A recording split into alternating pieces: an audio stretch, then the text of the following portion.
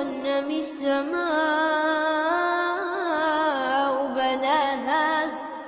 رفع سمكها فسواها وأغطش ليلها وأخرج ضحاها والأرض بعد ذلك دحاها أخرج منها ماءها ومرعاها والجبال أرساها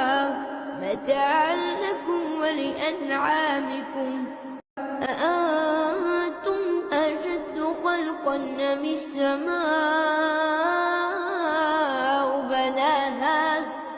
رفع سمكها فسواها وأغطش ليلها وأخرج ضحاها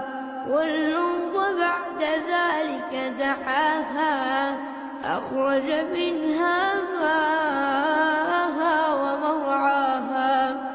والجبال أرساها متاعا لكم ولأنعامكم